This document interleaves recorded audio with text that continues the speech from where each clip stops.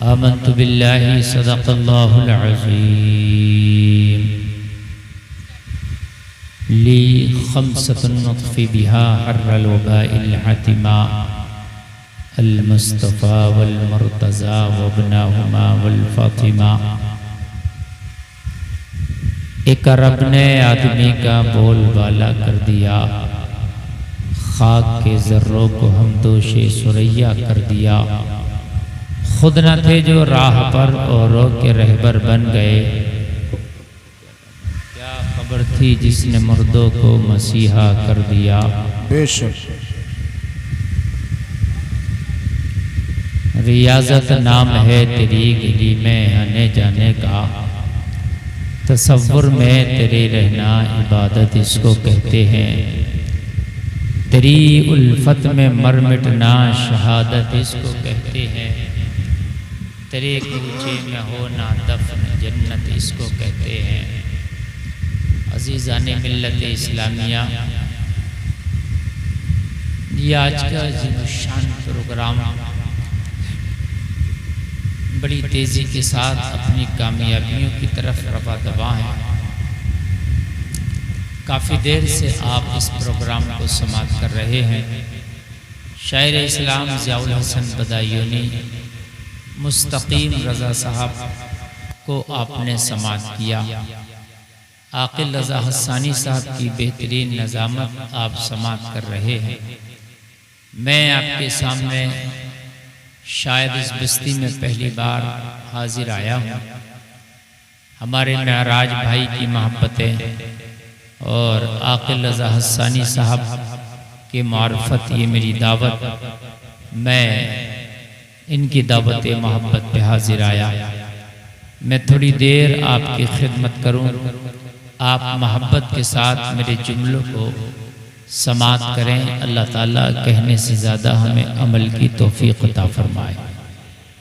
सारे लोग झूमकर अपने प्यारे आका की बारगाह में हदिया दुरूद पेश करें, पढ़ें बावाज़े बुलंद अल्लाहुम्मा सल्लि अला सय्यिदना मौलाना मुहम्मद मुबारक वसल्लिम सल्लु अलैहि सलातन व सलामन अलैका या रसूल अल्लाह। जोर से बोलें सल्लल्लाहु अलैहि वसल्लम। मोहतरम हज़रात,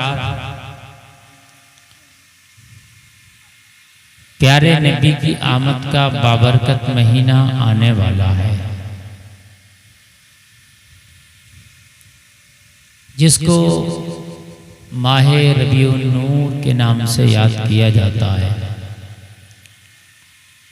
उस महीने की 12 तारीख को पैगंबर इस्लाम, नबियों के सरदार, मालिक कायनात, साहिब शरीयत, मेरे आका मुहम्मदुर रसूलुल्लाह सल्लल्लाहु अलैहि वसल्लम तशरीफ लाए।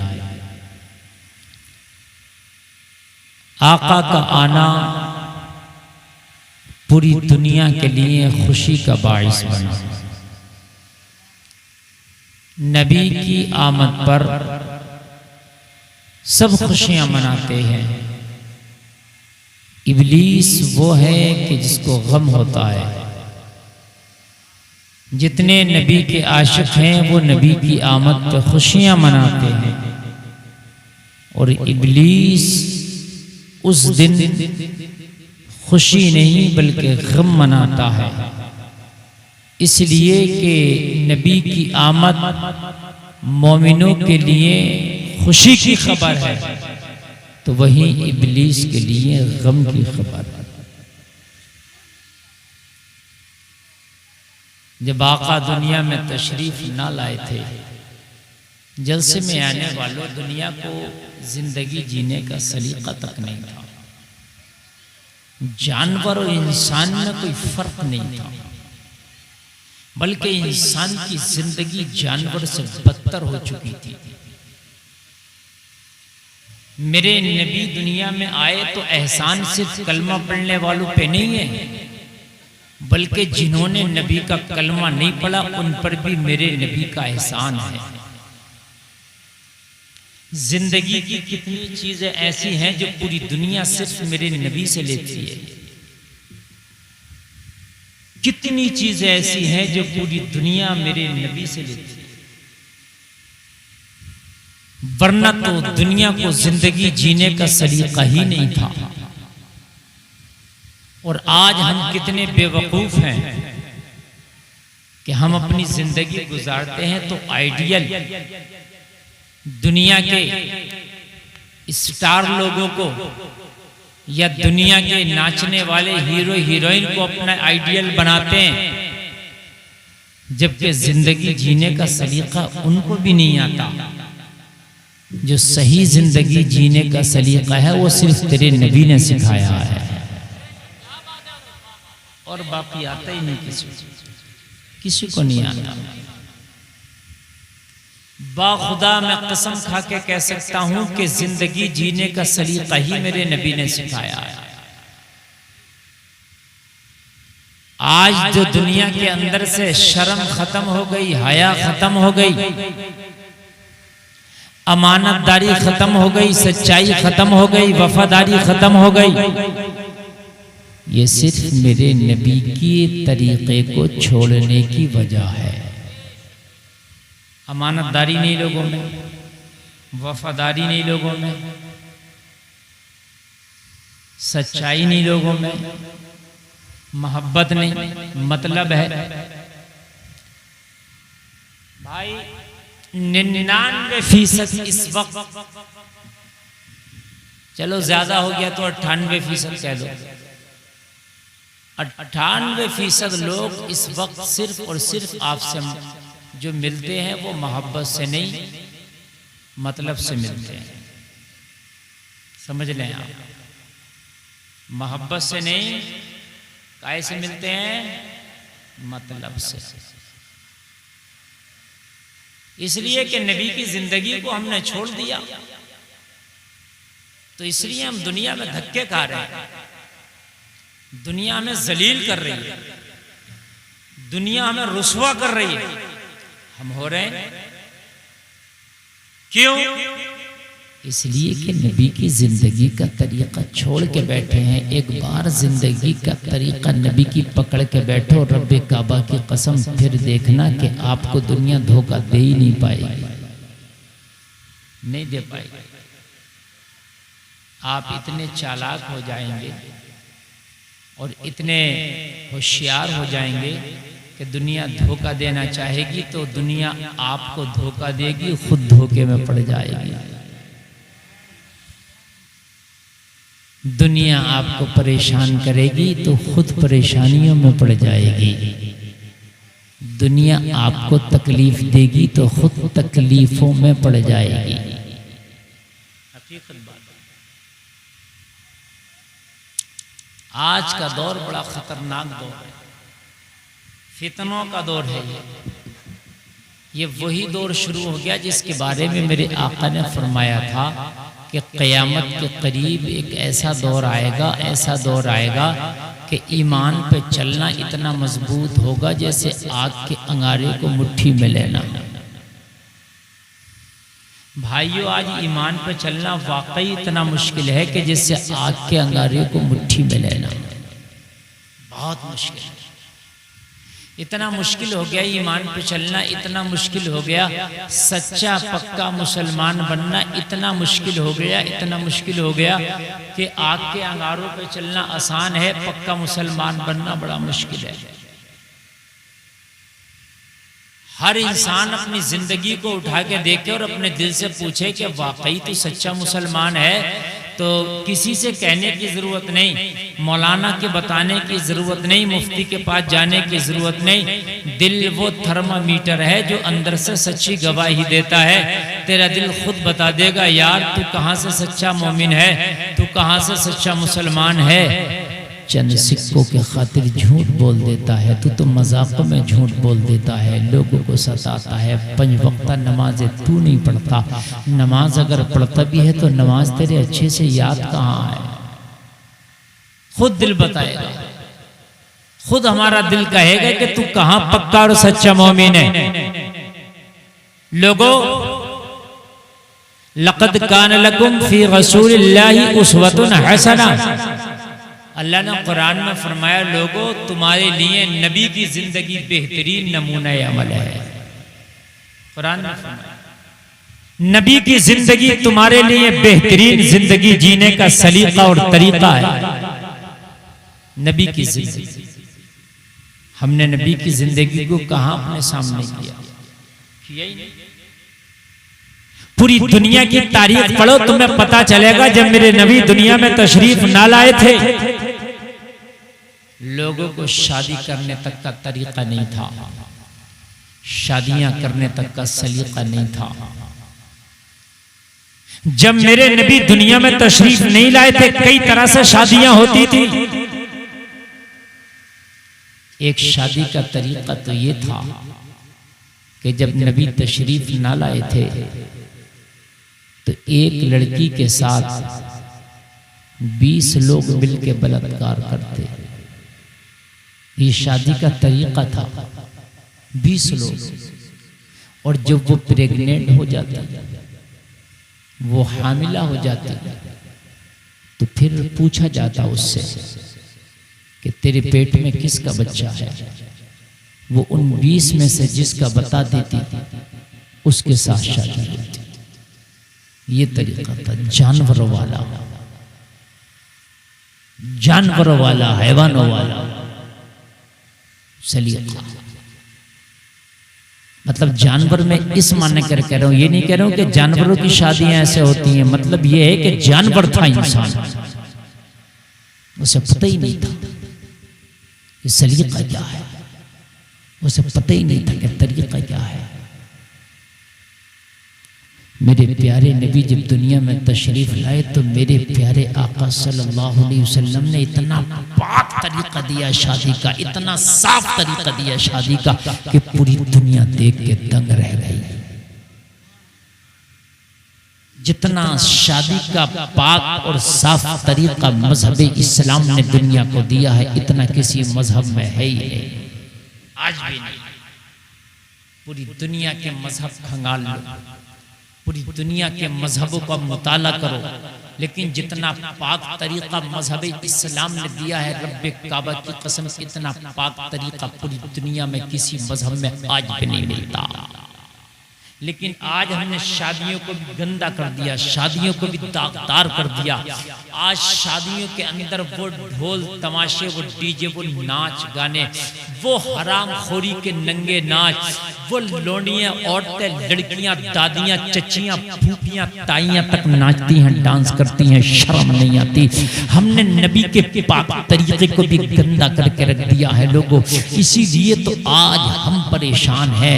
मेरे प्यारे आका ने इतना प्यारा और सलेस और आसान तरीका दिया था शादी का कि इधर लड़की से जाके पूछ लो कि तुझसे निकाह फला लड़का करना चाहता है क्या, उसके निकाह में तुझे दे दें क्या, तेरी इजाजत है। अगर लड़की उसे हाँ बोल दे तो लड़के से जाके पूछ लिया जाए, इतने मेहर के बदले फला लड़की का निकाह तुझसे कराना चाहते हैं, 2 गवाह मौजूद हो और लड़का कह दे हाँ मैं कबूल करता हूँ, लो मियाँ इस्लाम की नजर में निकाह हो गया। कितना आसान है बताइए मुझे, कितना आसान है? इससे ज्यादा आसान हो सकता है? ये जोड़े घोड़े तोड़े ये सब तुम कर रहे हो। लंबे खाने, लंबे रिश्ते, लंबी रस्में, इतने कपड़े, इतनी दिखलौनी में, इतने मंगनी में, इतनी विदाई में, ये सब तुम कर रहे हो। शरीयत रसूल में कहीं नहीं, कहीं भी नहीं है ही नहीं। मुझे बताओ पूरी दुनिया में इससे आसान क्या होगा? 2 लोग गवाह हो, भाई सुने, कितने गवाह हो? बस 2 लोग। और ये जो वकील होता, वकील भी बनाने की जरूरत नहीं है। आज बेहतर 1 नंबर का निकाह बता रहा हूं मैं कौन सा होता है, ऐसे ही किराया करें। जैसे ये इमाम साहब हैं, ये निकाह पढ़ाएंगे, आपके इमाम साहब है ना, ये तो इमाम ही ज्यादातर पढ़ाते हैं निकाह। जैसे ये इमाम साहब को निकाह पढ़ाना है तो आजकल हमारे माशरे में क्या होता है, एक वकील 2 गवाह होते हैं, वो आता है इमाम साहब से बात करता है, ये निकाह फजूली है, सबसे एक नंबर का निकाह ये है कि इमाम साहब खुद लड़की के पास जाएं। निकाह पढ़ा भी ये रहे तो जाएं भी ये इज़्न लेने। बीच में वकील को ना डाला जाए। वकील को डाल के मसला होता आधी ककड़ी वाला, किसने खाई और उसने उसे लगाई। वकील को इजाजत देती है लड़की और वकील इजाजत देता काजी को, तो बीच में एक वसीला बढ़ गया कि नहीं बढ़ गया? इसलिए बीच का वसीला हटाओ और डायरेक्ट काजी जाए लड़की के पास 2 गवाहों की मौजूदगी में। बात समझ रहे हैं आप? 2 गवाहों की मौजूदगी में डायरेक्ट जाए काजी और काजी जाकर ये कहे कि फला इब्ने फला, फला लड़का उसके अब्बा का नाम ये है, इतने मेहर के बदले उसके साथ मैं तुम्हारा निकाह कराना चाहता हूं, क्या इजाजत है? चूंकि कराइए रहे तो ये डायरेक्ट खुद अपने लिए इजाजत लेंगे। तो वो लड़की कहते कि हाँ मैंने इजाजत दी, या वो कहते हाँ मुझे ये निकाह कबूल है। बस ये जाके ऐसे ही लड़के से पूछ ले कि मैंने फला लड़की का निकाह फला लड़की को इतने मेहर के बदले तुम्हारे निकाह में दिया, कि तुमने कबूल किया? लड़का कहते मैंने कबूल किया। हो गया। है इससे आसान कोई? जरा बोले सुभान अल्लाह। लेकिन आज सबसे सख्त और मुश्किल और हार्ड काम पूरी दुनिया में कोई है तो वो शादी। ये बात भी सही है ज़ियाउल हसन साहब, ये भी सही है, ये बात भी सही है। इससे आसान तो कोई काम नहीं था ना। खाना खाना भी मुश्किल है।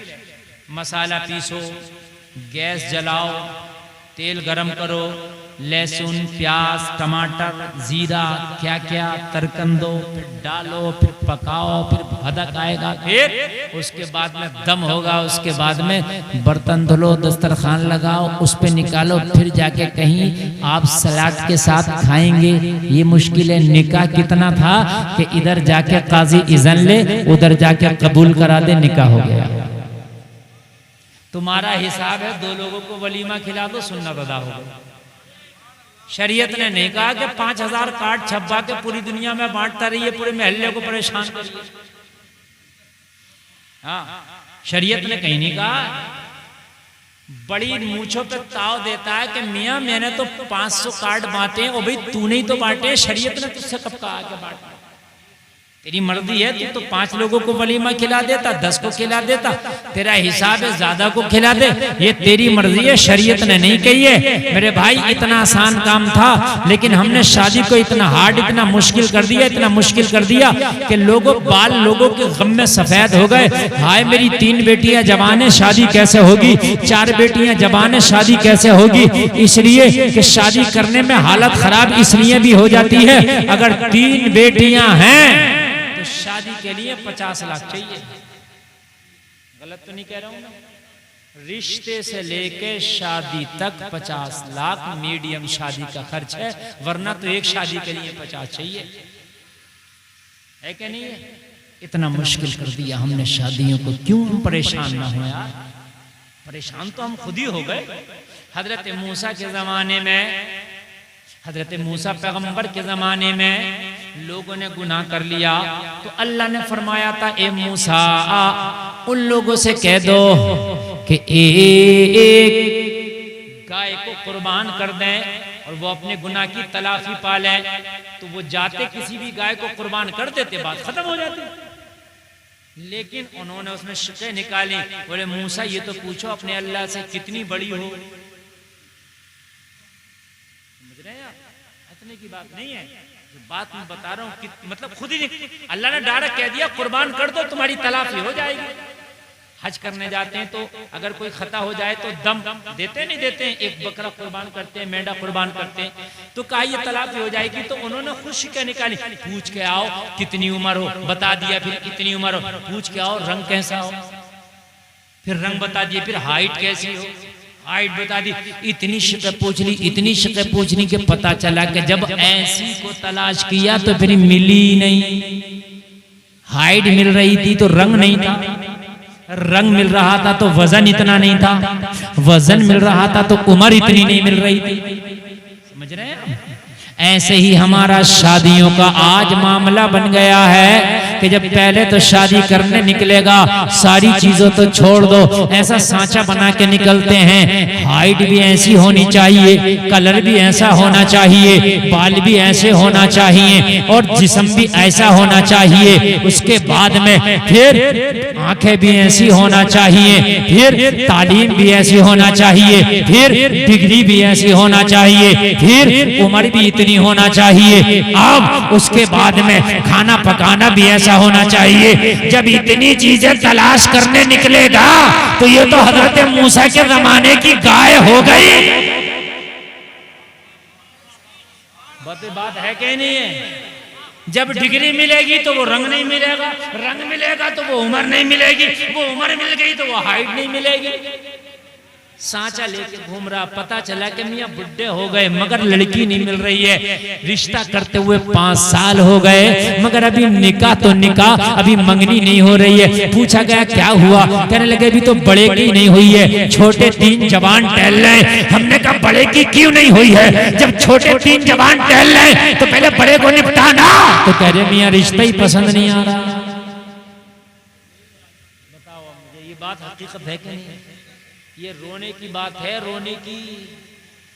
हाँ, तुम ऐसे पसंद। अच्छा एक बात बताओ, तुम कह रहे हो रंग ऐसा हो, आंखें ऐसी हो, भवें ऐसी हो, उम्र इतनी हो, हाइट इतनी हो, बाल इतनी हो, ऐसी डिग्रियां हो, सब कुछ तुमने देख लिया और उसके बावजूद भी खराब निकल आई तो क्या करोगे? फिर भी तो देखते हैं खराब निकल आती है। सेब ऊपर से बड़ा अच्छा लग रहा है, कभी कभी बड़ा खूबसूरत है, काटो तो अंदर खराब भी निकल आता है। क्या पता उसका अखलाक अच्छा नहीं हुआ, किरदार अच्छा नहीं हुआ, तुझसे मिला जुला नहीं, तो बता क्या करेगा? कान खोल करके सुन ले, इतनी बारीकियों में ना जा कि रिश्ता ही ना कर सके। अरे 19-20 होता है, टाइम पे रिश्ता कर चलेगा। जब रिश्ता हो तो अल्लाह की बारगाह में दुआ कर देना, या अल्लाह जहां मेरा रिश्ता हो रहा है उसे मेरे लिए मुबारक कर देना, ताकि कोई कमी भी हो तो अल्लाह उसे मुबारक कर दे। वाह वाह, नारे तकबीर, नारे रिसालत, मसलके आला हजरत, जश्न ईद मिलादुन नबी, अल्लामा मुफ्ती गुलफाम रामपुरी। वाह वाह वाह, बहुत खूब हजरत। लेकिन आज हकीकत ये, खुदा की कसम, रिश्ते नहीं, हजरत मूसा की कौम ने जो गाय के लिए शर्तें रखी थी उससे बढ़ के शर्तें हो गई, हालतें खराब कर डाली है। मेरे भाई जरा बताओ, अभी तो सबसे हार्ड मामला ये कि लड़की पसंद हो जाए। मेरे भाई लड़की पसंद करने में इतनी सख्ती से एग्जाम हो रहा है। जलसे में आने वालों, ये मेरा जुमला गलत नहीं, सही है। अगर गलत हो तो मैं सजा का, बिल्कुल कोई सजा दे सकता है मुझे। कान खोल कर सुने, IAS IPS का एग्जाम निकालना आसान है, लड़की का पास होना मुश्किल है। सही बता रहा हूं, लड़की का पास होना बहुत मुश्किल है। अभी तो बात के रहे सारे अर्चे खर्चे चर्चे, अभी तो पास नहीं चल रहा मामला, अभी तो सीट कंफर्म नहीं हो रही है। लड़की के रिश्ते नहीं होगा, ये IAS का एग्जाम कर दिया है, नीट की परीक्षा पास ही नहीं। मेरे भाई निकाह को आसान करो, निकाह तुमने बड़े मुश्किल कर दिए, निकाह तुमने बड़े हार्ड कर दिए। और निकाह जब से मुश्किल क्या करे, तुमने तुम्हारी जिंदगियां मुश्किल हो गई। बोलो हो गई कि नहीं हो गई? इस बात पर लड़की को फेल कर दिया जाता है, इसकी उम्र ज्यादा है। अच्छा मैं कह रहा हूं 5 साल लड़की की उम्र ज्यादा है, क्या बात है? अगर लड़की की उम्र लड़के से 5 साल ज्यादा, क्या बात है? तुझे पता ये पहले मरेगी या तू पहले मरेगा?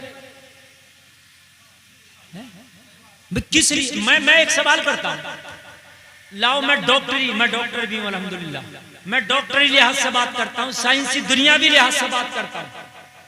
चलो अभी शरीयत को एक तरफ रख दो, 5 साल की लड़की बड़ी है तो बता क्या तकलीफ है, परेशानी बता क्या? कोई भी परेशानी, न डॉक्टरी लिहाज से कोई परेशानी है, न साइंसी लिहाज से कोई परेशानी। और डॉक्टरी लिहाज से एक बात बताऊं मैं आपको, डॉक्टरी लिहाज से मर्द पहले बूढ़ा हो जाता है बमुकाबिल औरत। मैं साइंसी लिहाज से बता रहा हूं। मर्द बूढ़ा पहले हो जाता है, औरत बूढ़ी बाद में होती है। तो अगर ये बड़ी भी है तो ये तो बूढ़ी भी तुझसे बाद में होगी। क्या बात है, अगर बड़ी है तो। बड़ी प्यारी तकरीर कर रहा हूं, बात समझ में आ रही है कि नहीं आ रही है? मालूमाती तकरीर कर रहा हूं, थोड़ा सा जहन मेरा बना हुआ है, मैं आपके सामने पेश कर रहा हूं। एक एक जुमला गौर से सुनना, मजा आएगा, जिंदगी आसान होगी। कहता मैं वो जोड़ा ढूंढ रहा हूं, जोड़ा। जैसा जोड़ा तो ढूंढ रहा, वैसा जोड़ा तो तुझे जन्नत में मिलेगा, हकीकत मिलेगा। नहीं, ये भी सच बात है। कहां मिलेगा? इंशाअल्लाह अल्लाह मिलेगा, वैसा जोड़ा जन्नत में मिलेगा। कुरान ने कहा कि जन्नत में जो अल्लाह तुम्हें हूर की शक्ल में जो तुम्हें तोहफा देगा, वो ऐसा होगा जो तेरे वहमो ख्यालों में भी नहीं। वो ऐसा होगा जो तेरे वहमो ख्यालों में भी नहीं। ऐसा होगा कि दुनिया वालों ने वहमो ख्याल में सोचा भी नहीं। अगर लड़की की उम्र ज्यादा है तब भी कर ले, इस वजह से तू लड़की को फेल ना करा कि उसकी उम्र ज्यादा थी। ओ जलसे में आने वालों, ज्यादा उम्र से कुछ नहीं होगा। कान खोल करके सुनो, कायनात के आका, नबियों के सरदार, पूरी कायनात में जो सबसे हैंडसम, पूरी कायनात में जो सबसे खूबसूरत, पूरी कायनात में जो सबसे अफजल आला, जो मालिक के कोनो मका हैं, जो रब के महबूब हैं, इमामुल अंबिया हैं, ना उनसे कोई बढ़कर है, ना उनसे कोई अफजल है, ना उनसे कोई आला है, ना उनसे कोई खूबसूरत है, ना उनसे कोई अमीर है, ना उनसे कोई नाम वाला है, ना उनसे कोई अफजल आला है। ऐसे ने जब अपनी पहली शादी की तो मेरे नबी की पहले निकाह का टाइम, पहले निकाह की उम्र, जब मेरे नबी ने पहला निकाह फरमाया तो मेरे नबी की उम्र 25 साल है, और जिससे निकाह फरमा रहे हैं उनकी उम्र 40 साल है। क्या बात है हजरत, वाह वाह वाह। कितना कितना फर्क है मुसलमानों, जोर से बोल दो। 15 साल। कितना? और आज बड़े कमाल की बात बताऊंगा, बहुत कमाल की बात बताऊंगा। नबी ने 11 निकाह फरमाए। कितने? 11 निकाह फरमाए। बड़े काम की बात बताऊंगा आज मैं। 11। ज्यादातर निकाह ऐसी औरतों से फरमाए जो नबी से ज्यादा उम्र की थी। जरा कह दो सुभान अल्लाह। हाय हाय, तू मरा फिर रहा, कह रहा मौलाना सब बात सही थी, लड़की की उम्र ज्यादा थी, तो तू बता तेरी उम्र कितनी होगी? अपनी बता दे पहले मुझे, तू कितना मरेगा, कब मरेगा, तू बता। बात है क्या नहीं है भाई? हमें यह पता है कि यार हम 70 साल जिएंगे, और लड़की हमसे 5 साल ज्यादा उम्र की मिल रही तो वो 5 साल पहले मर जाएगी, तो हम 5 साल रड़ुए होकर जाएंगे। बात है क्या नहीं है? तो तू बता के तू कितना जिएगा, या तो अपनी उम्र के बारे में बता दे। और जब तुझे पता नहीं है तो फिर 5 साल या 2 साल ज्यादा है तो फेल क्यों कर रहा है? क्या पता इसकी उम्र ही अल्लाह तुझसे ज्यादा कर दे। जरा कह दो ना यार सुभान अल्लाह। भाई क्या पता अल्लाह उम्र ही इसकी ज्यादा कर दे, फिर तू क्या करेगा? पहला निकाह नबी ने फरमाया, उम्र कितनी ज्यादा है याद रखना। मेरी माँ बहनें भी सुन रही हैं, ये देखने का, पास करने का जो मंत्रालय है वो औरतों के हाथ में है। किसके हाथ में ये मंत्रालय?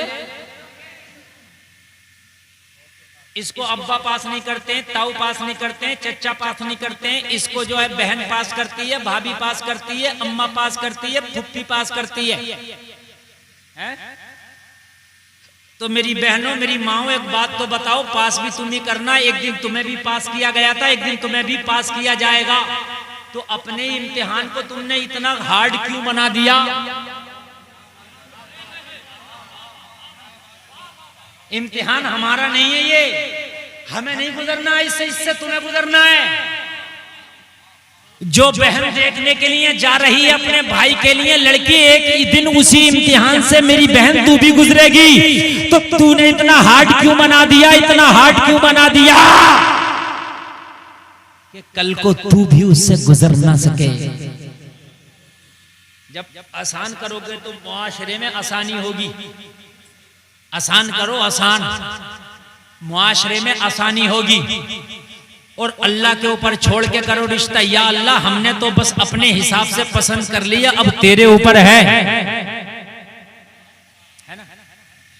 मेरा मकसद ये नहीं है कि आंखें बंद करके कर लो बिल्कुल, मगर मेरा मकसद ये है कि इतने भी शीशे ना लगाओ कि डॉक्टर भी शीशा लगा के कम देखता होगा जैसे तुम देखते हो।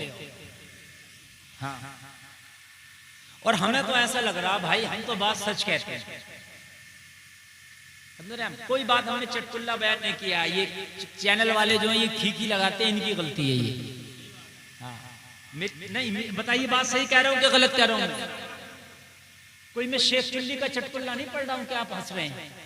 कुछ दिन के बाद सही बता रहा हूँ, बाखुदा कहीं ऐसा वक्त ना आ जाए, ऐसा ना आ जाए कि लोग ये कहना शुरू कर दें कि भाई हमने लड़की को देख लिया, ठीक है लड़की अच्छी है, हाथ पैर भी बढ़िया है, आंख नाक भी बढ़िया है, लेकिन भाई अंदरूनी मर्ज का नहीं पता, लिहाजा हमें एक अल्ट्रासाउंड रिपोर्ट भी निकलवा के दे। सही बता रहा हूं, ये कोई दिन दूर नहीं है, हमें एक अल्ट्रासाउंड रिपोर्ट और एक खून की रिपोर्ट दो लड़की के, सारे चेकअप भी कराओ और अल्ट्रासाउंड रिपोर्ट भी रिपोर्ट चाहिए हमें, हर चीज की रिपोर्ट चाहिए, कहीं हो ना ऐसा भी होने लगे। अगर जब यही दिन रहे तो ये भी आ जाएगा। प्यारे आका का पहला निकाह है, सुभान अल्लाह, और जोर से बोल। दो बातें बताऊंगा, यहां आगे बढ़ूंगा, दो बातें बताऊंगा। लड़के वाले तो यूं निकाह में देर कर रहे हैं कि वो लड़की उनकी हाइट की नहीं मिली है, कलर नहीं मिला है, उनकी तरह डिग्रियां नहीं मिली हैं, मतलब उनकी अलग अलग। अच्छा, लड़की वाले भी देख रहे हैं, लड़का जॉब वाला नहीं मिला, लड़का सर्विसमैन नहीं मिला, लड़का हमें इतना पढ़ा लिखा नहीं मिला, लड़का बिजनेसमैन नहीं मिला, लड़का इतना माल वाला नहीं मिला, इसलिए लड़की को घर में बिठाए पड़े कि कोई ऐसा रिश्ता ही नहीं मिला। हमने कहा ठीक है, बहुत ज्यादा अमीरी के चक्कर में ना पड़, बस लड़का शरीफ देख ले, नेक देख ले। अमीरी और गरीबी अल्लाह के ऊपर है। कभी कभी ऐसा होता लड़की को खाली घर में डाला मगर देखा गया घर भर गया, कभी कभी भरे घर में डाला घर खाली हो गया, ऐसा भी तो होता है। फिर क्या करोगे भाइयों, फिर क्या करोगे? अगर लड़की को तुमने डाला और घर खाली हो गया तो फिर क्या करोगे? लड़का नेक देख लो, लड़का नमाजी देख लो, सच्चा देख लो, जुआरी ना हो, शराबी ना हो, लड़का किसी बुरे काम में ना हो, अगर लड़का ज्यादा अमीर भी नहीं है, मीडियम में तो चलेगा, इसलिए कि जब तेरी लड़की उसके घर में जाएगी तो अपने नसीब का खाएगी, है क्या नहीं? काय का खाएगी अपने। और वैसे भी शरीयत कहती है कि ज्यादातर जब रिश्ते करो तो अपने लगभग मेल जोल देख लो। समझ रहे हैं आप?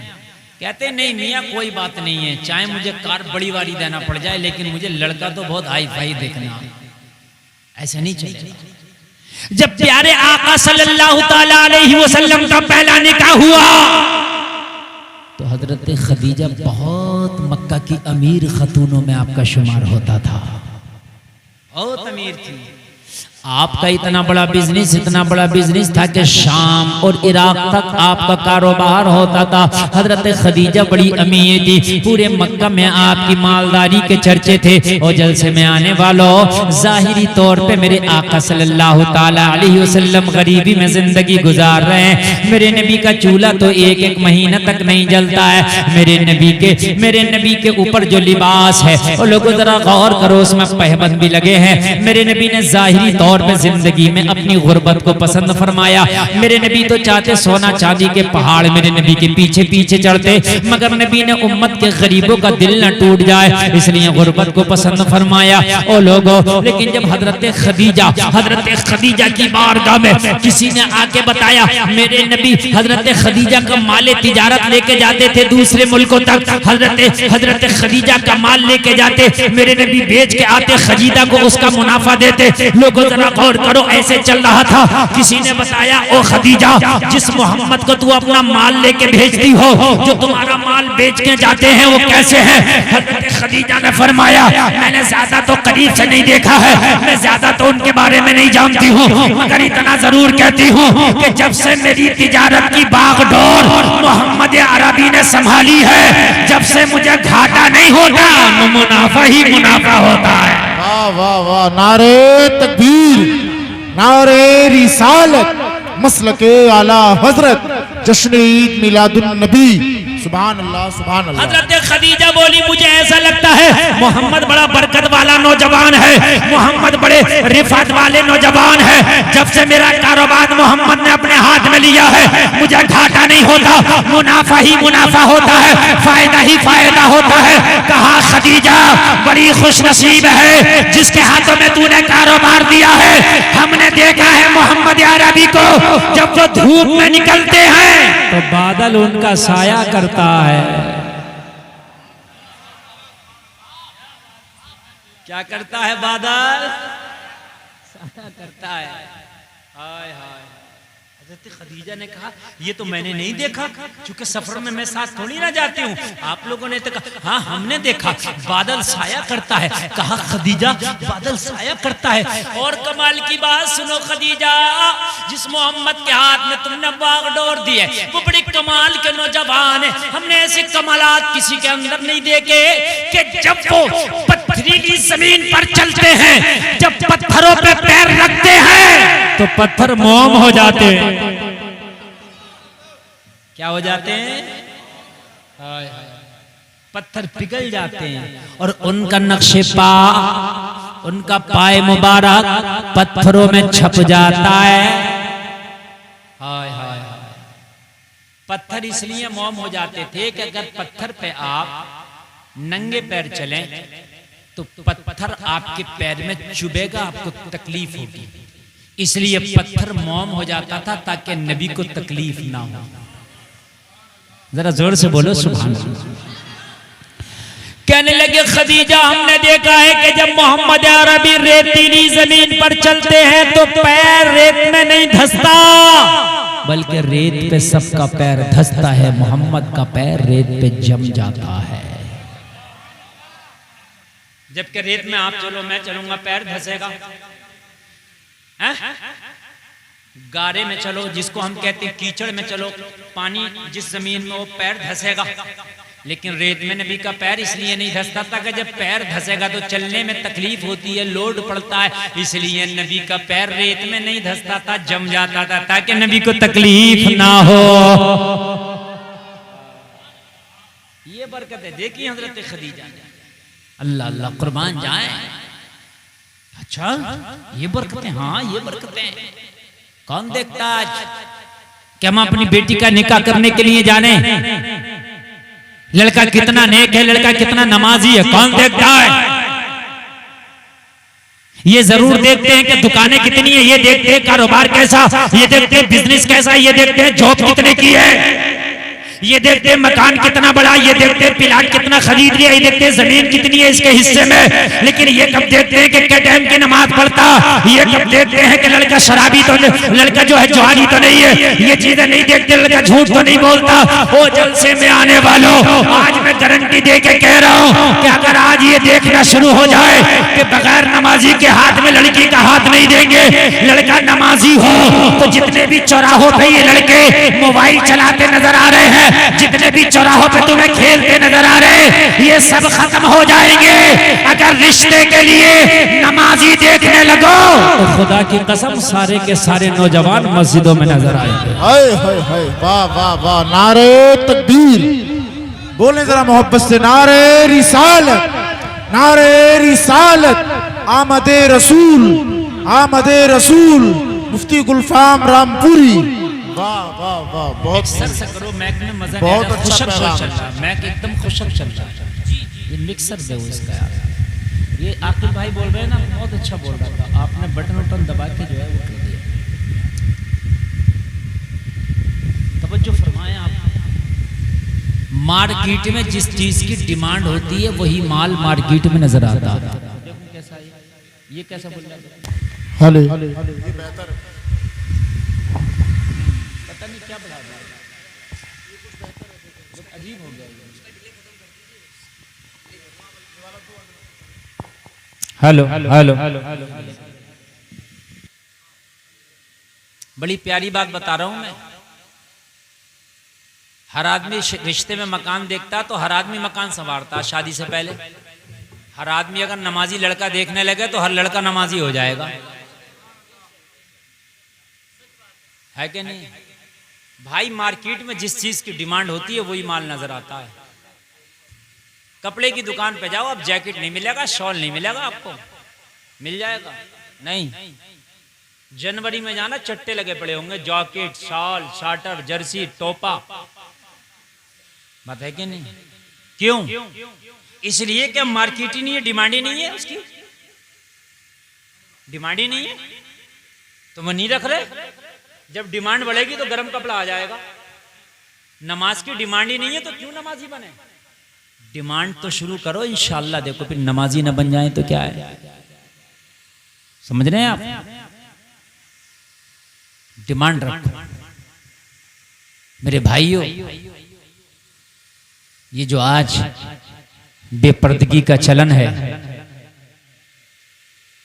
ये जो आज बेपर्दगियां पूरे जमाने में हो रही हैं, खुदा की कसम अगर ये कहने लगो कि हमें कार नहीं चाहिए, हमें माल नहीं चाहिए, लेकिन लड़की हमें पर्दे वाली चाहिए, खुदा की कसम ये जितनी भी बाजारों में बेपर्दा टहल रही है, अगर पर्दे में ना आ जाएं तो कहना।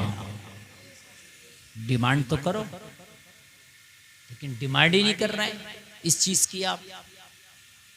जब आप डिमांड नहीं करेंगे मेरे भाई तो वो चीज नहीं आएगी। आप डिमांड करो हमें पर्दे वाली लड़की चाहिए, डिमांड करो हमें नमाजी लड़का चाहिए, अल्लाह की कसम जैसी तुम डिमांड करोगे वैसे ही लड़की और लड़के हो जाएंगे। अल्लाह अल्लाह, जरा गौर करो गौर करो। लेकिन आज डिमांड बेपर्दगियों की है, तो जितनी जो बेहया होके घूमे, जितनी बेपर्दा घूमे, जितना आज मॉडर्न माहौल में घूमे, आज इतना ही पसंद किया जाता है, इसलिए कि डिमांड इस चीज की है। ओ जलसे में आने वालों, अपने आप को संभालो। हजरत खदीजा को जब पता चला मोहम्मद अरबी के अंदर इतने कमालात हैं, इतने औसाफ हैं, तो मोहम्मद अरबी की बारगाह में हजरत खदीजा ने निकाह का पैगाम भेज दिया।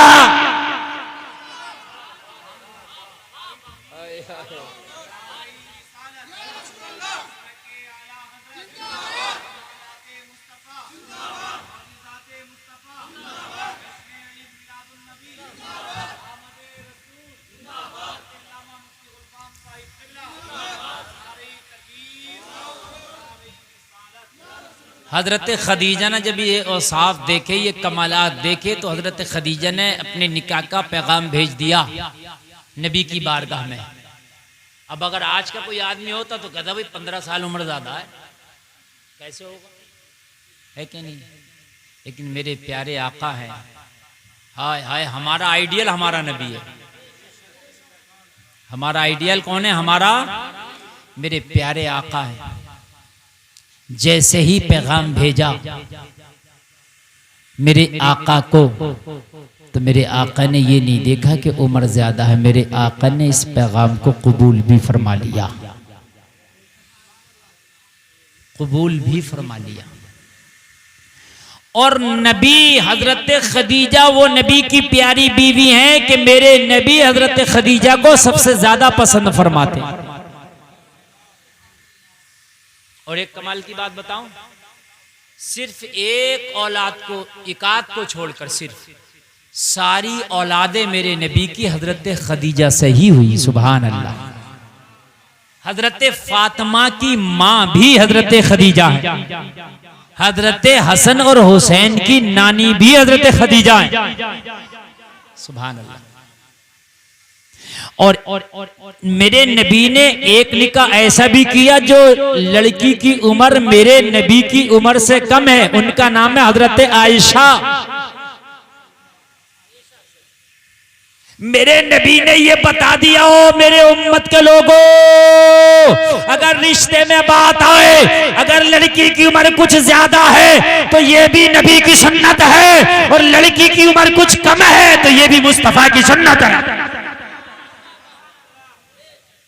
उम्र कम और ज्यादा की वजह से आप रिश्तों को छोड़ना मत। बेटे हंसने की क्या बात है इसमें, कितनी प्यारी बात बता रहा हूं, अब भी कोई हंसने की बात है?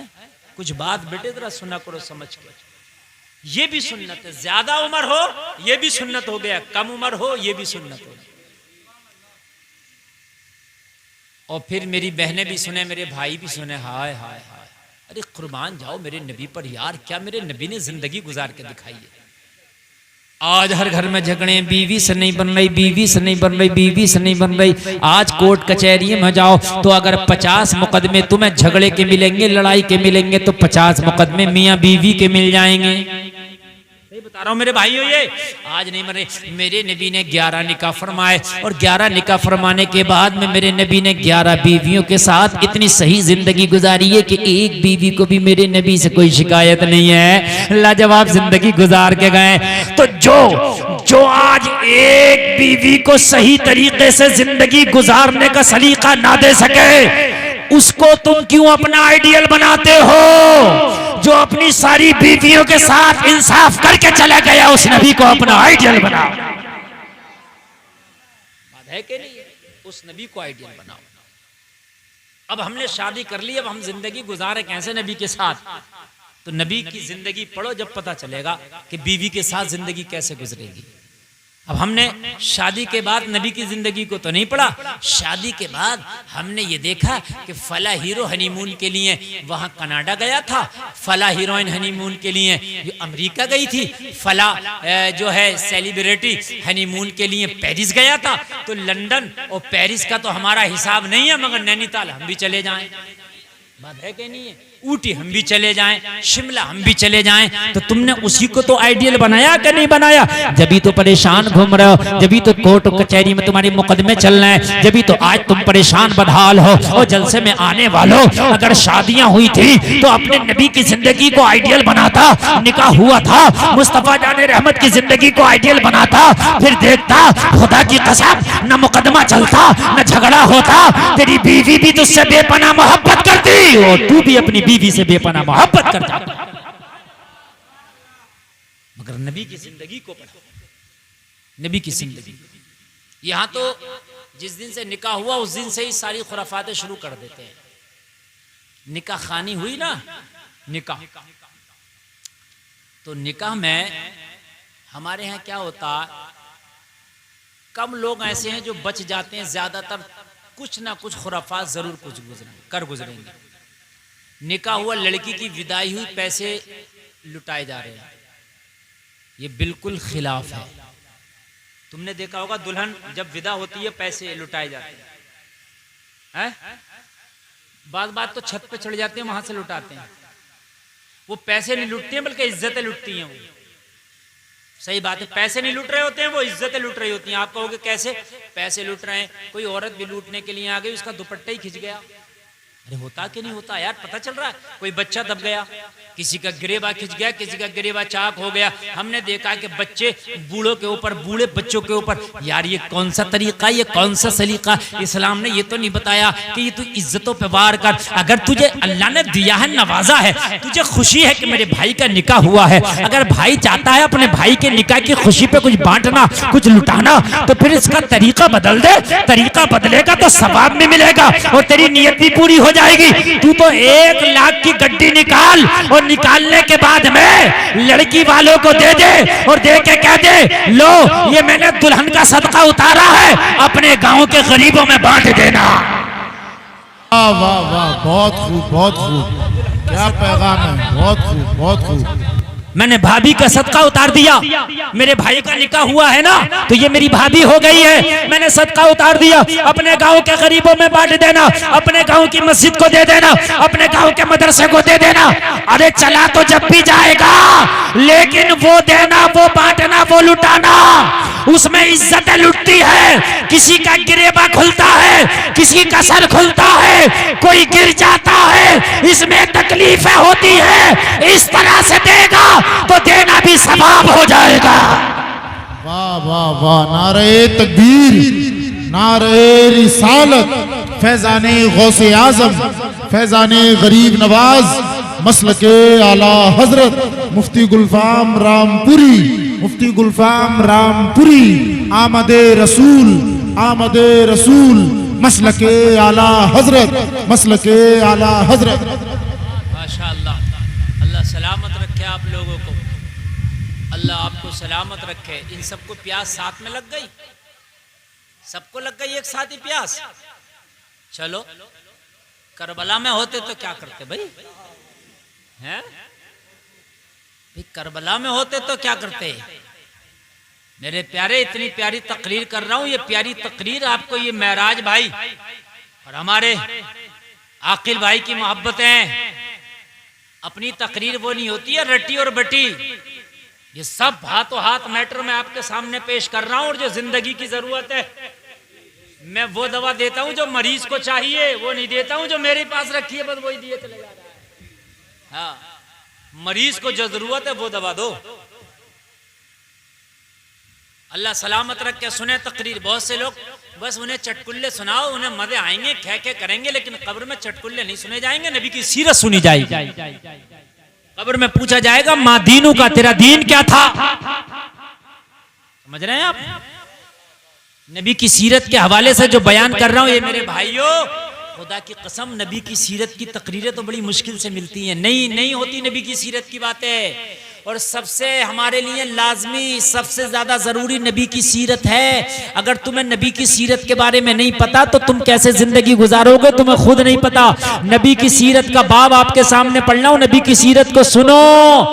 जिंदगी चट्टेकार नहीं बनेगी, जिंदगी बट्टेकार नहीं बनेगी। अगर नबी की सीरत तुमने पढ़ लिया, सुन लिया और अगर उस पर अमल कर लिया तो जिंदगी जन्नत की हकदार बनेगी। जिंदगी जन्नत की हकदार बनेगी। अल्लाह अल्लाह, जरा गौर फरमाएं। अल्लाह सलामत रखे। मैं नबी की सीरत के हवाले से बोलता जाऊंगा। आज हमारे यहाँ क्या क्या रस्में चल रही हैं। लड़की विदा होके आ गई तो फिर उसके बाद में देखो, जब लड़की आती है लड़के वालों के घर, तो वो आतिशबाजियाँ, वो पटाखे, कई रंग की आतिशें चल रही होती हैं, फुलझड़ियाँ छूट रही होती हैं। भैया छत पे से छोड़ रहा होता है, बड़ी खुशियाँ मनाई जा रही हैं, दुल्हन आ गई, फुलझड़ियाँ छूट रही हैं, आतिशें छूट रही हैं। और मेरे भाई ज़रा गौर करो, जब लड़की के आने पर आतिशबाजी करोगे तो ज़िंदगी में भी आतिशबाजी होगी। क्या होगी? आतिशबाजी होगी। गुस्से होंगे, गुस्से में ही तो आग है। झगड़े होंगे, लड़ाइयां होंगी, बिखेरे होंगे।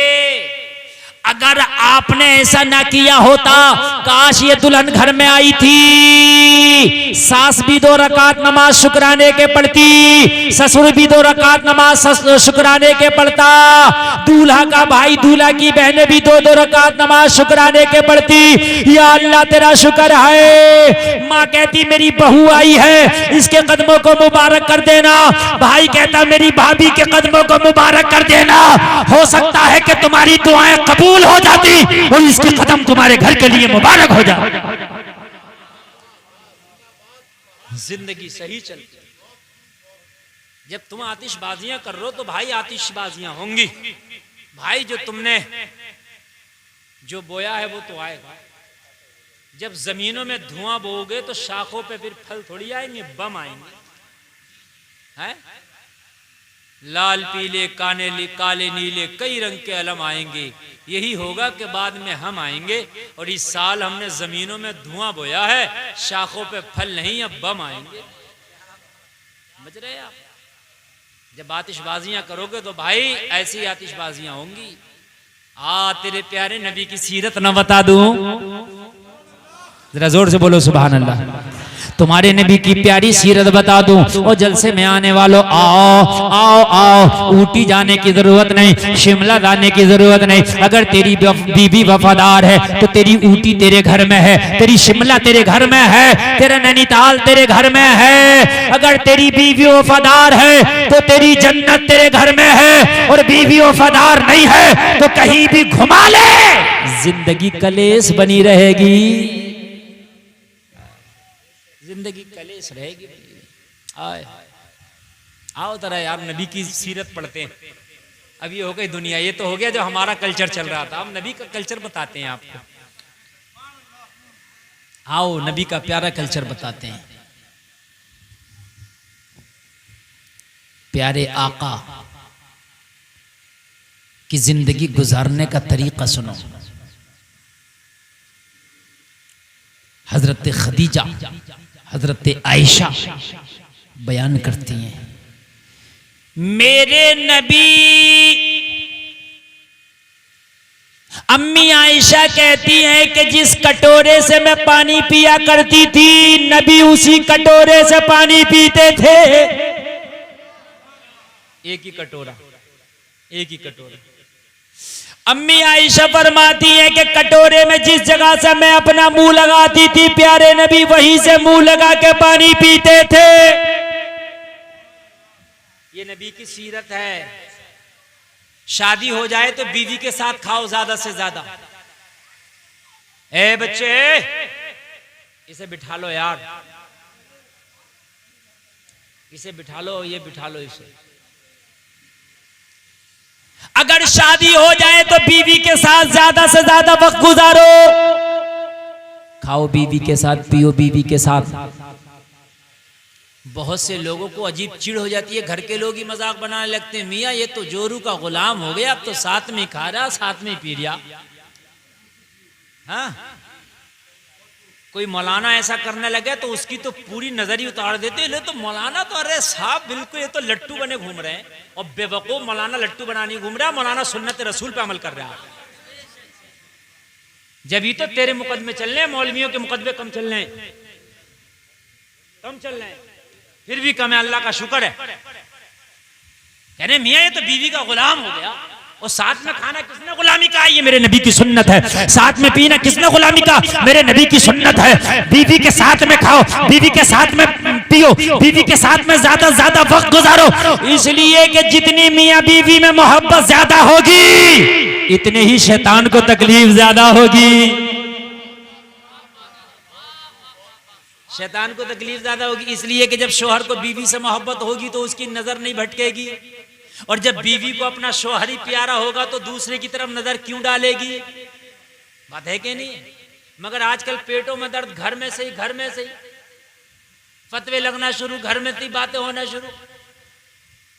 अगर बीवी बीमार हो तो शोहर खाना बना के भी खिला दे तो गलत नहीं है। ऐसा नहीं है कि वो पूरी जिंदगी तुझे खाना बना के खिला रही है, और अगर वो बीमार रही तूने बना के खिला दिया तो तू अपने समझ रहा मेरी हेटी हो गई, मैं गुलाम हो गया। नहीं, गलत है। अगर बीवी बीमार है तो हेल्प करो, जिस तरह के भी हो सके। कपड़े धुलने में, खाना बनाने में हेल्प करो। अगर बीवी को तकलीफ है पूछो, उसकी हेल्प करो। इंशाअल्लाह जिंदगी में कभी भी खराबियां पैदा नहीं होंगी। वो सोचेगी मेरा शौहर इतना वफादार है, अगर मैं बीमार हो जाती हूं तो मेरा ख्याल और ज्यादा रखता है, और ज्यादा मेरा ख्याल। आप करके देखिए, मजाक बनाने लगे, अरे साहब ये तो खाना बना के खिला रहा है बीवी, समझ रहा? वो गलत है कि बीवी भी सही है और खाली बैठी हो फिर शौहर से ये काम कराए जा रहे हैं, वो गलत है।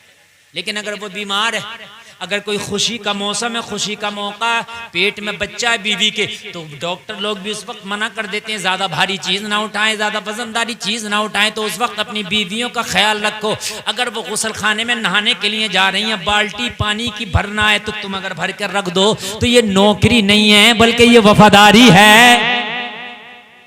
छोटी छोटी बातें मेरे प्यारे, ये मोहब्बतों का बाइस बन जाती हैं। ये छोटी छोटी बातें यही दिलों में गुंजाइशें पैदा कर देती हैं, यही दिलों में घर पैदा कर लेती हैं। छोटी छोटी बातें। अगर बीवी खाने में नमक ज्यादा कर दे या मिर्च तेज कर दे तो उसे गालियां ना सुनाओ, लोगों के सामने, मेहमानों के सामने, गैरों के सामने जलील ना करो। बहुत से लोगों की आदत है कि अगर नमक धोखे से भी ज्यादा हो गया तो उसी वक्त उसे जलील किया जा रहा, और बेशऊर और बदबख्त, जब पता ही नहीं है तूने खाना खराब कर दिया। उसे शर्मिंदा ना करो, वो मशीन नहीं है, वो इंसान है, उससे भी मिस्टेक हो सकती है, उससे भी खता हो सकती है। उसे समझाओ, मगर प्यार से समझाओ, उसे तरीके से समझाओ ताकि आगे को ऐसा काम ना हो। और दुनिया में आने वालों, ये तेरे नबी की सीरत है, ये तेरे नबी की सीरत का बाब है, उसे प्यार से समझाओ और उसके खाने में ऐब ना निकाल। लोगों के सामने, मेहमानों के सामने जलील ना करो, लोगों के सामने, मेहमानों के सामने रुसवा ना करो।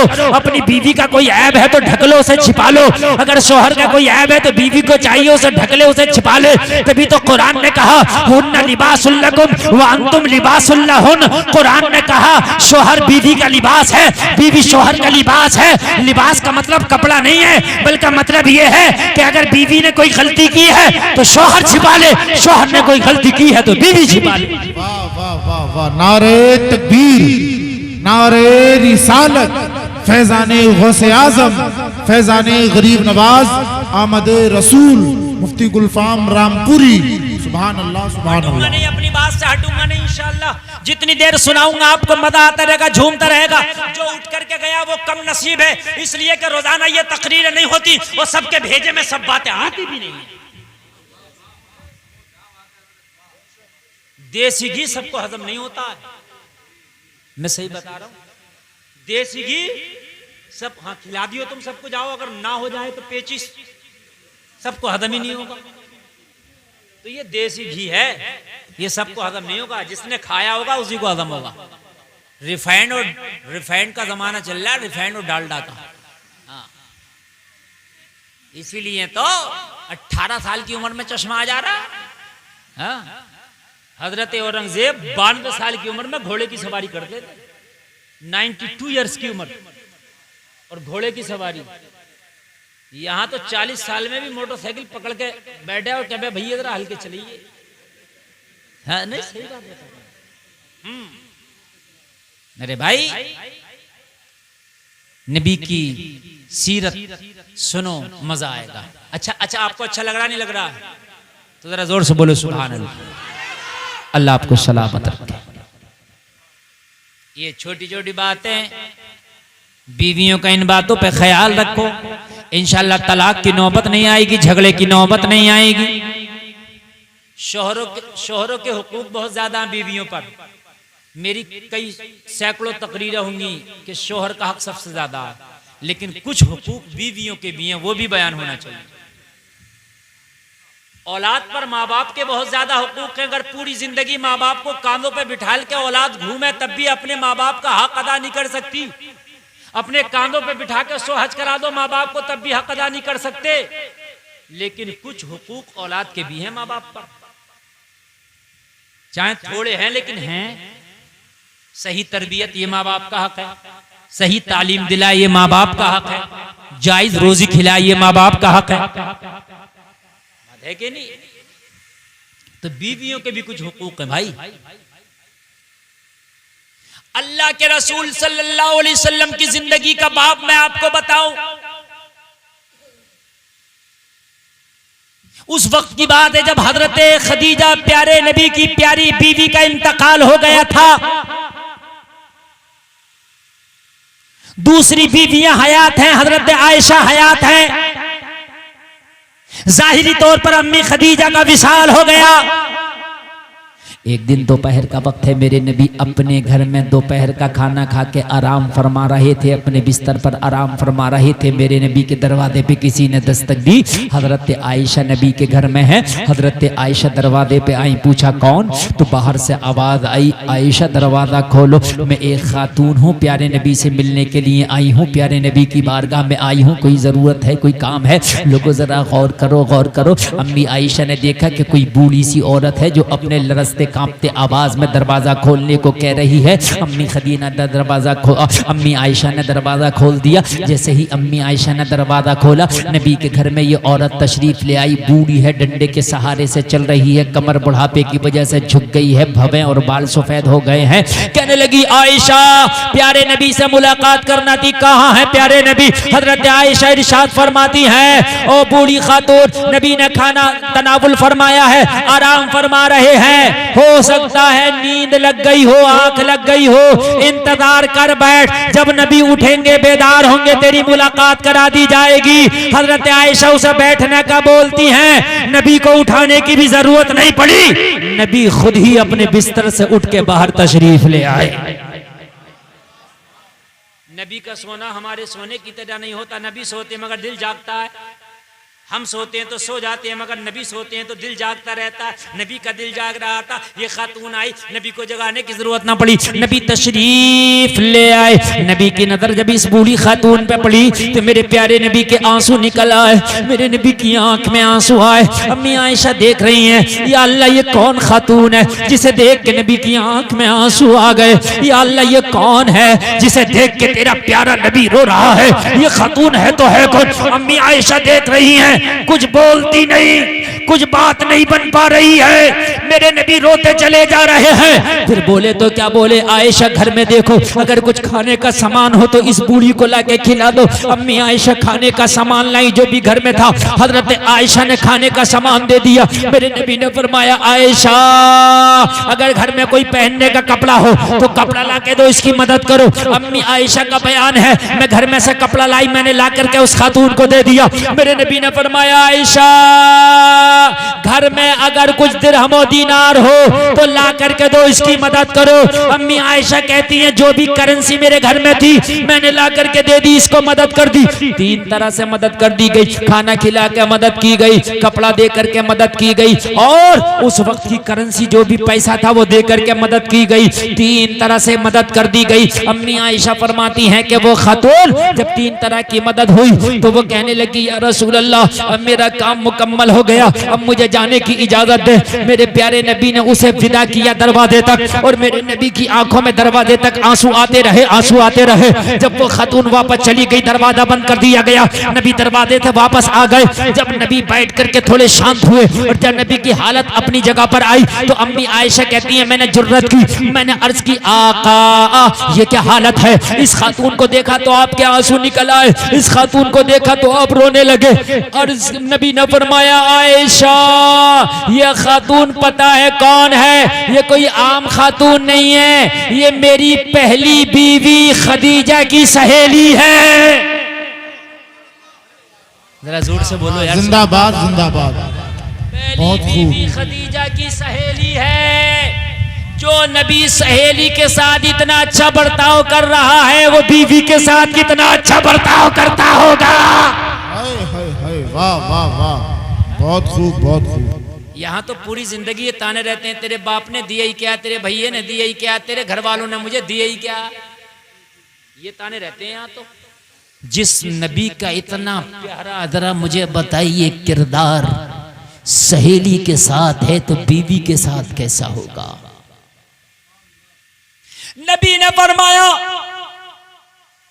ओ आयशा, जब खदीजा जाहिरी तौर पर दुनिया में थी ये तब भी आया करती थी। ये बड़ी गरीब है ये सहेली मेरी खदीजा की, ये जब भी आया करती थी तो खदीजा इसी तरह से मदद करती थी। इसको पहले खाना खिलाती थी खदीजा, उसके बाद में इसको कपड़ा देती थी खदीजा, उसके बाद में इसको पैसा देती थी खदीजा, इसी तरह से मदद करती थी। आज खदीजा तो नहीं है, उनका इंतकाल हो गया। मैंने उनके इंतकाल के बाद भी आज इस औरत की इसी तरह से मदद की है जिस तरह से खदीजा अपनी जिंदगी में करती थी, ताकि मेरी खदीजा की रूह ठंडी हो जाए,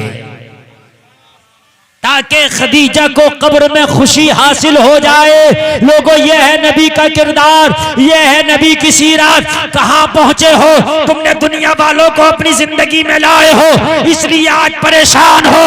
आओ मेरे प्यारे नबी की जिंदगी को अपनाओ और जिंदगी को खुशगवार बनाओ।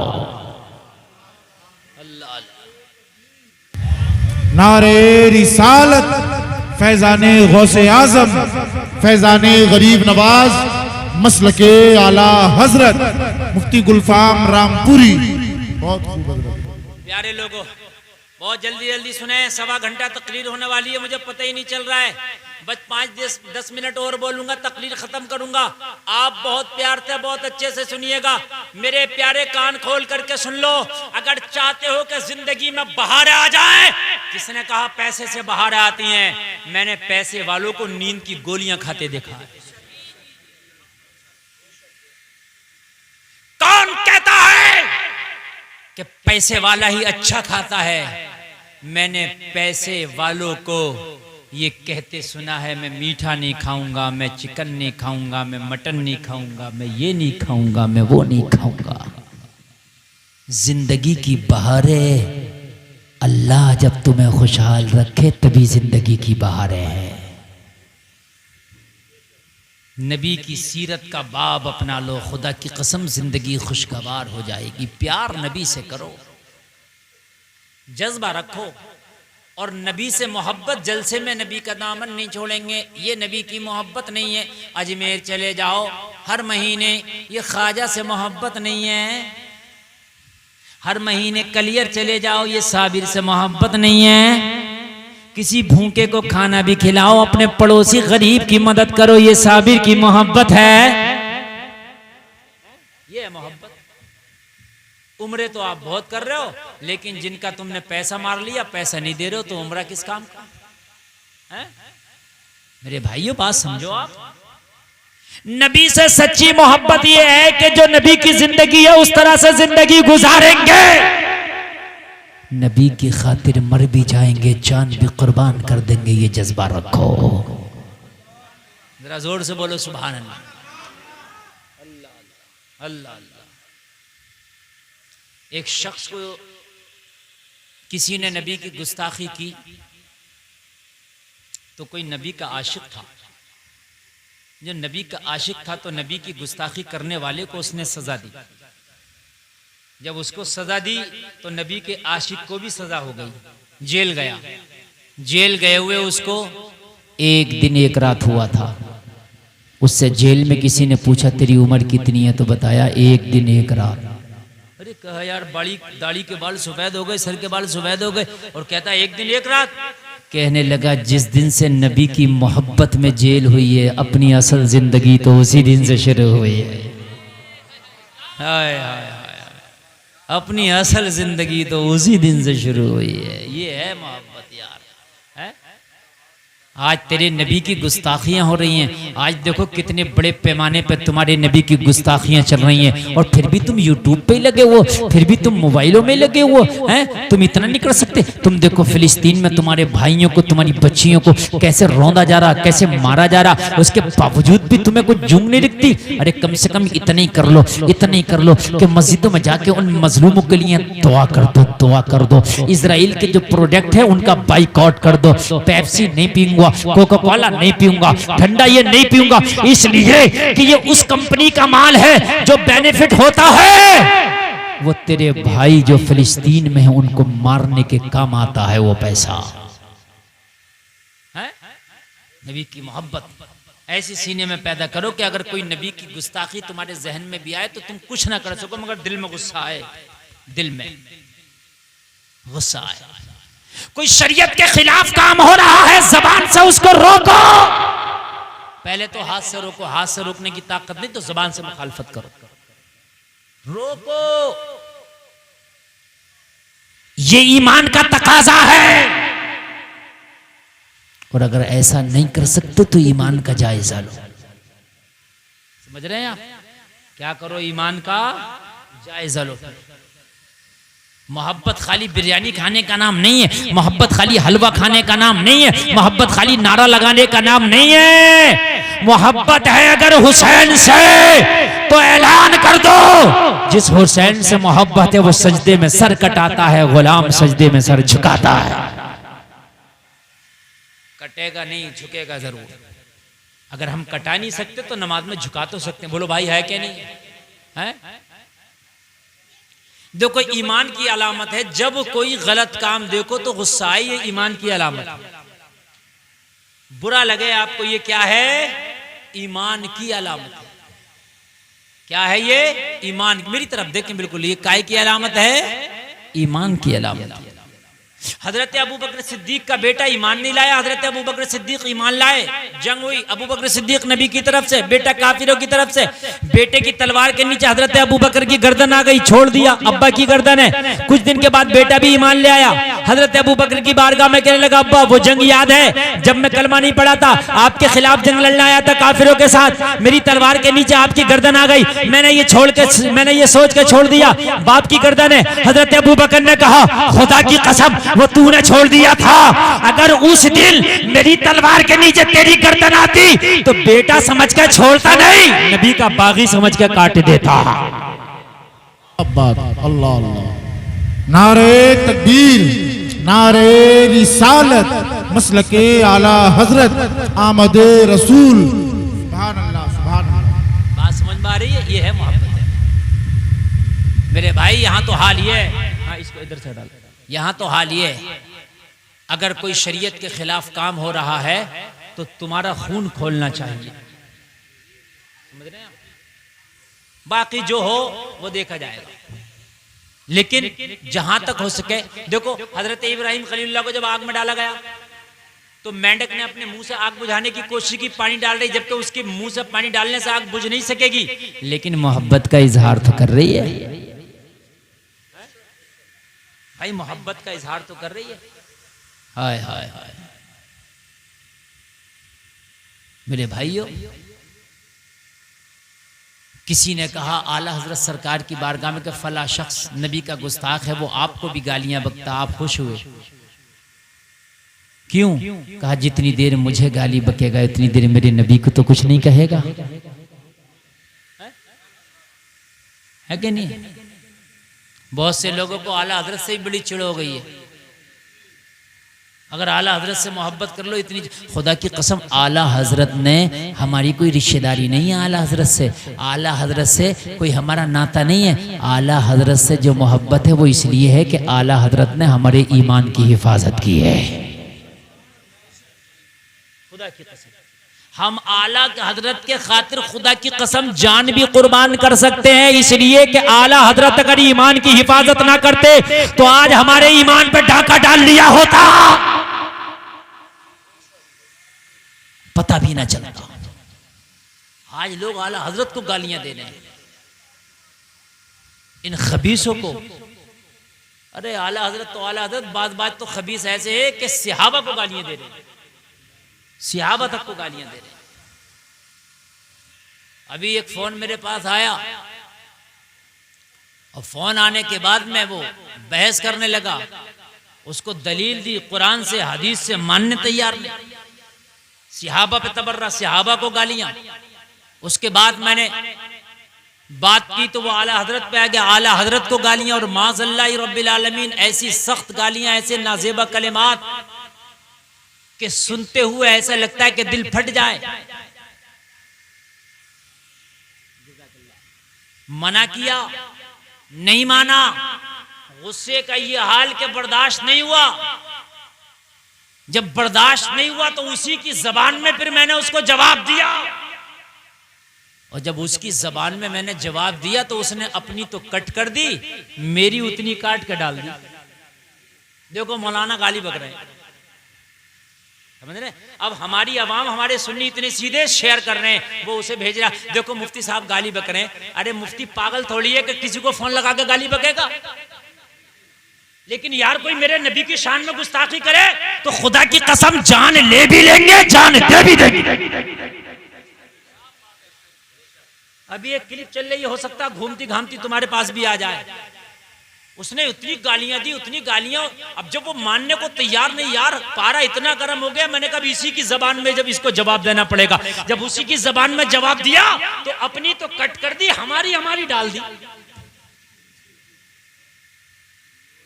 ये बड़ा खतरनाक है ये चैनल का काम भी कि सुनो सामने आप कभी आएगी आप सुनना, अब उसमें हमारी डाल दी, देखो मौलाना कितनी बदतमीजी कर रहे हैं, अब हर आदमी सुन रहा, तो यार ये तो सोच लो भाई इतना बेवकूफ कौन है जो फोन लगाते शुरू हो जाएगा। कोई तो बात हुई होगी, कोई हमें गालियां दे हम बर्दाश्त कर लेंगे, हमें अगर कोई गालियां देता तो हम हंसते हैं, कहते हैं और दे ले, लेकिन खुदा की कसम अगर कोई आला हजरत को देगा तो खुदा की कसम हमें बर्दाश्त नहीं होगा। इसलिए कि आला हजरत वो है जिसने हमारे ईमान और अकीदे की हिफाजत की। बात आई है कि नहीं आई? ये इतनी बात कट कट के अलग से जरूर डालना मुरादाबादी फनकार, ये इतनी बात जो मैंने बताई है अलग से डालना ये, ताकि जिनके पास वो क्लिप पहुंच रही है ये क्लिप भी पहुंचे। बात है कि नहीं है? हाँ, हम तो सुर्खियों में रहते ही हैं। हाँ, बस थोड़ी देर और तवज्जो फरमाएं मेरे भाई। देखिए, मरने के बाद आपसे ये नहीं पूछा जाएगा खाना कैसा खाया था, ये नहीं पूछा जाएगा घर कैसा बनाया था, ये पूछा जाएगा दीन कैसा अपनाया था। मौत का जो वक्त है वो एक मुतय्यन है, और जब मौत का वक्त आएगा तो कुरान कहता वलन आखिर अल्लाहु नफ्सन इज़ा जाअ अजलुहा, जब मौत आएगी, जब मौत का फरिश्ता आएगा, जल समय आने वालों एक सांस की भी मोहलत नहीं लेने देगा। मौत का फरिश्ता आएगा, लोगों जब जान निकाली जाएगी, इंसान चाहेगा काश पूरी दुनिया बदले में ले ले, लेकिन आज मुझे थोड़ी सी मोहलत दे दे ताकि मैं कुछ तौबा कर लूं, ताकि कुछ अच्छे काम कर लूं, अपनी जिंदगी में कुछ ना कर सका। लेकिन मौत का फरिश्ता भी यही कहेगा कि तुझे अब मोहलत का टाइम नहीं दिया जाएगा, अब तुझे जितनी मोहलत देना थी मिल गई। लोगों, अल्लाह ने माँ के पेट में जब तुम थे तुम्हारी मौत का वक्त फिक्स कर दिया था कि तुझे कब मरना है, कितना खा के मरना है, कौन सी जगह पे मरना है, किस हाल में मरना है। लोगों, अल्लाह ने जो वक्त मुतय्यन कर दिया है उसी हाल में उसी वक्त मरना है, एक सेकंड भी आगे पीछे नहीं होगा। जब एक सेकंड भी आगे पीछे नहीं होना है तो सारे चीजों की तैयारी बाद में कर, मौत की तैयारी पहले कर। बेशक बेशक बेशक। आप देखते हो शादी का जब टाइम लग जाता है तो तैयारियां होने लगती हैं, घर संवरने लगता है, कपड़ा संवरने लगता, इंसान अपने आप को संवारने लगता। क्यों? इसलिए कि शादी आने वाली है। शादी हमने हटती हुई भी देखी है, शादी आगे पीछे भी हो जाती है, बारातें भी वापस हो जाती हैं, लेकिन आज तक मौत का फरिश्ता किसी के घर से वापस नहीं आया है। भाई शादियों की तैयारियां तो इतनी हो रही है, मौत की तैयारी कब होगी? जो फरिश्ता वापस आज तक जाएगा ही नहीं। आएगा तो लेके जाएगा, आएगा तो लेके जाएगा। वो जलसे में आने वालों कान खोल कर सुनो, मौत का वक्त इतना फिक्स है। आखिरी बात बता करके बात खत्म करूंगा। अल्लाह ने कुरान में फरमा दिया है कि एक भी सांस ऊपर नीचे नहीं हो सकती, इतना फिक्स है, इतना फिक्स है। आप ये चाहो कि पूरी दुनिया के डॉक्टर लगा दूं लेकिन एक सांस वो तुम्हें नहीं दिला सकते हैं। मौत का वक्त इतना फिक्स है, इतना फिक्स है कि अगर अल्लाह ने तुम्हारी मौत को लिख दिया है और तुम्हें मरना है तो अल्लाह फरमाता है ऐनमा तकूनु युद्रिकुमुल मौतु वलौ कुंतुम फी बुरूजिम मुशय्यदा। अल्लाह फरमाता है कि तुम कितने ही मजबूत किलों में क्यों ना बंद हो जाओ, मौत तुम्हें वहां भी पालेगी। अगर तुम जहाजों में उड़ रहे होगे, मौत का फरिश्ता वहां पहुंचेगा। जमीन के तहखानों में होगे, मौत का फरिश्ता वहां पहुंचेगा। अगर तुम वेंटिलेटर पे होगे तो मौत का फरिश्ता वहां पहुंचेगा। आईसीयू में होगे, मौत का फरिश्ता वहां पहुंचेगा। जलसे में आने वालों, मौत तो उन्हें भी आती है जो दूसरों का इलाज करते हैं। मौत ही एक वो मर्ज है कि जिसका कोई इलाज ही नहीं बना है। बड़े बड़े इलाज करने वाले भी मौत का इलाज ना ढूंढ सके। वो जलसे में आने वालों, इस मौत की ही तैयारी नहीं करते हो। मौत एक ऐसा मामला है कि हजरत सुलेमान का जमाना है। हजरत सुलेमान की हुकूमत हर चीज पर है। हजरत सुलेमान के दरबार में एक शख्स खड़ा है जिसकी मौत में चंद लम्हे बाकी हैं, लेकिन जहां उसे मरना है वो जगह हजारों मील दूर है। और मरना वही है जहां लिख दिया अल्लाह ने। मौत का फरिश्ता अल्लाह की बारगाह में हाजिर हुआ करता, मौला तेरा फला बंदा हजरत सुलेमान के दरबार में खड़ा है, मौत का वक्त उसके करीब आ गया। मौला उसके मौत का वक्त करीब आ गया और जिस जगह पे उसे मरना है वो जगह हजारों मील दूर है। या अल्लाह, क्या उसकी मौत को डिले किया जाएगा? क्या उसकी मौत में ताखीर की जाएगी? अल्लाह की बारगाह से हुक्म हुआ, ओ मेरे फरिश्ते हमारे हुक्म बदले नहीं जाते।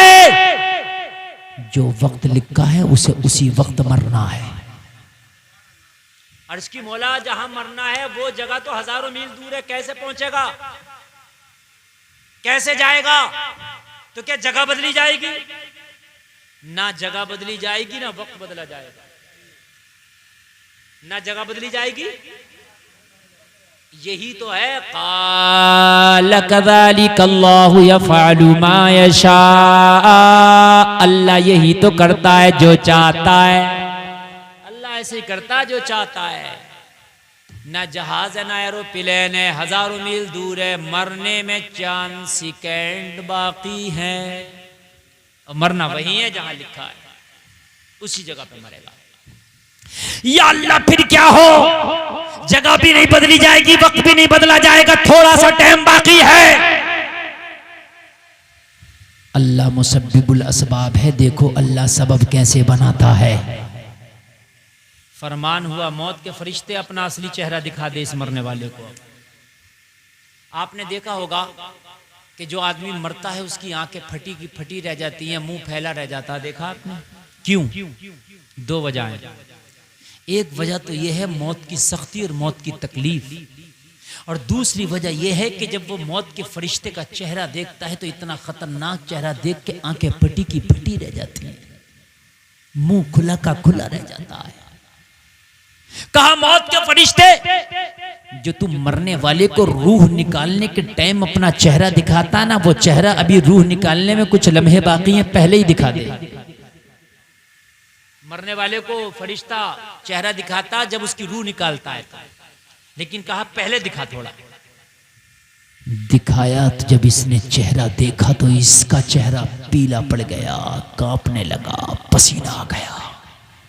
हजरत सुलेमान की नजर पड़ी, ये तो अच्छा खासा खड़ा था, चेहरे पे पसीना है, बदन कांप रहा है, पूरा चेहरा पीला पड़ गया। हजरत सुलेमान ने फरमाया तुझे क्या हुआ, क्या कोई बीमारी लग गई, कोई तकलीफ है? कहने लगा हुजूर आपके दरबार में एक शख्स खड़ा है जिसका चेहरा इतना डरावना है कि उसे देख करके मुझे पसीने आ गए, उसे देख करके मेरा बदन कांप रहा है, मैं उसे देखते देखते कहीं मर ना जाऊं, मेरी जान न निकल जाए, बड़ा डरावना बड़ा खतरनाक चेहरा है, हुजूर मुझे कहीं अपने दरबार से दूर भेज दे, मैं उसके चेहरे से दूर भागना चाहता हूँ। लोगों अल्लाह मुसब्बिबुल अस्बाब है। हजरत सुलेमान की हुकूमत हवाओं पर भी है। हजरत सुलेमान ने हवाओं को हुक्म दिया, ए हवाओं इसे उड़ाओ, और उड़ाने के बाद बहुत जल्दी से बहुत दूर जाकर के छोड़ दो। हवाओं को हुक्म हुआ, हजरत सुलेमान के दरबार से इसे उठाया, और उठाने के बाद हवाएं चली अपनी तेजी पर, और चलने के बाद इसे वहीं जाकर रख दिया हजारों मील दूर जहां मरना था, उसी जगह जाकर इसे खड़ा कर दिया जहां मरना था।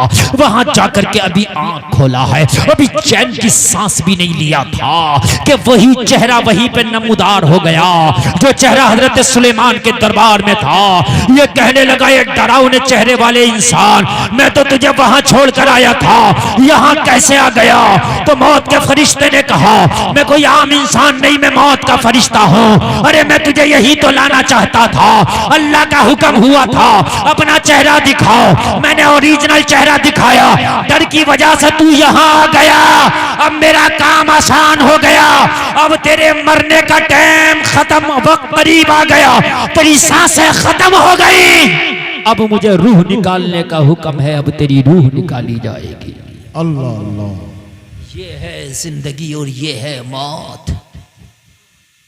लोग कितनों का दिल दुखा जाते हैं, कितनों को तकलीफ दे जाते हैं, सोचते हैं यार कोई बात नहीं, बुढ़ापा आएगा तो दाढ़ी भी रखाएंगे, नमाज भी पढ़ेंगे, फिर हम बुरे काम भी छोड़ देंगे, और जलसे में आने वालों क्या पता बुढ़ापा ही ना आए, क्या पता दाढ़ी सफेदी ना हो, क्या पता तेरी उम्र आखिरी पड़ाव तक भी पहुंचे या न पहुंचे।